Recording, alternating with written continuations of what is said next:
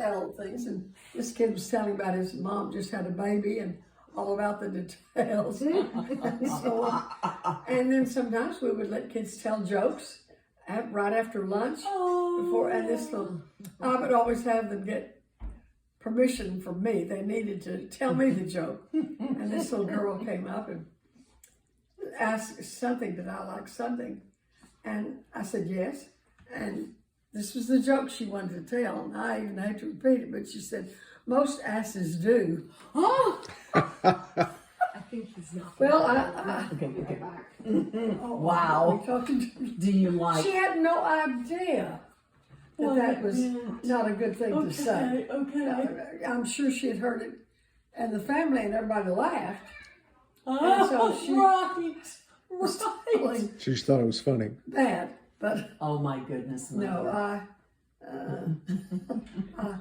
didn't okay that one. But things changed. Now then, you wouldn't take time on a Monday morning to let kids tell about their weekend. But it was pretty natural for teachers.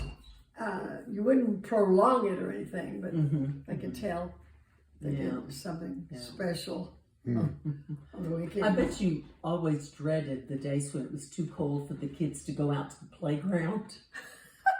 Well, we let the kids write on the blackboard, and the kids liked to do that. Okay. When it was All right, cold. okay. She was saying that I dread when it was cold and the kids had to stay inside. But we would let the kids write on the blackboard, or we would direct games for them to play. Yeah. It still means you didn't get your break. No, right. Yeah.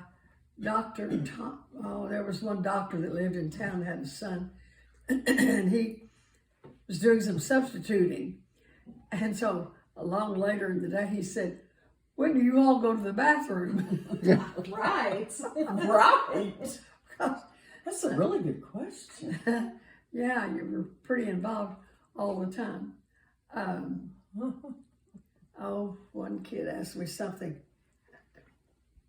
What was it she asked me? It might have been, not asked me, but told on the kid that some kid I think had called her queer. And I said, well, are you? And she said, no. I said, well, then don't let it bother you. Sometimes you don't have the best answer. You just have to answer in a hurry. Parenting. Yeah. Now, I had one kid, this is probably 5th or 6th grade. And I don't know what he had done, but it was a repeat. And as I was talking to him, he was standing with his fists clenched by his side. I don't know what I would have done if he had. Wow. Yeah. How old was the kid?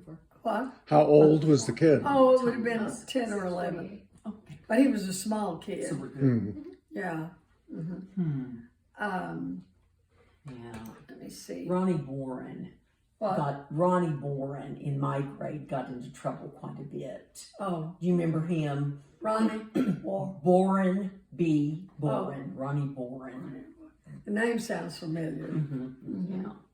I did a tiny bit of lying last weekend. I had one or two come up and say, they were so-and-so, do you remember me? Yes. But I really didn't.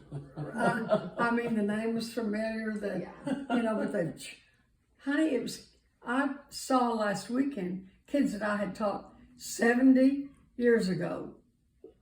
Wow. I married in 1953, and the kids were 8 years old or so, and I think they were having their 60th graduation celebration. Right.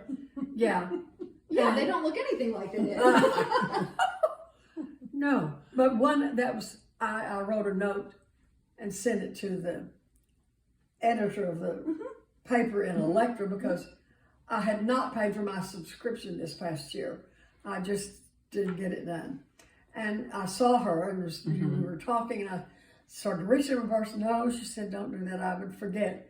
So I sat down this week and wrote a little note to her, and I said, one of the neatest things was Mickey Petty coming up inviting me to that class reunion. Oh, yeah. They were eating, Yeah. but I had already eaten. But I did go by there, and I mean, yeah, the women, most of them were too heavy.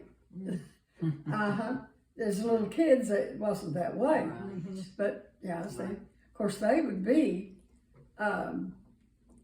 68. They'd be close to 70 themselves. Right.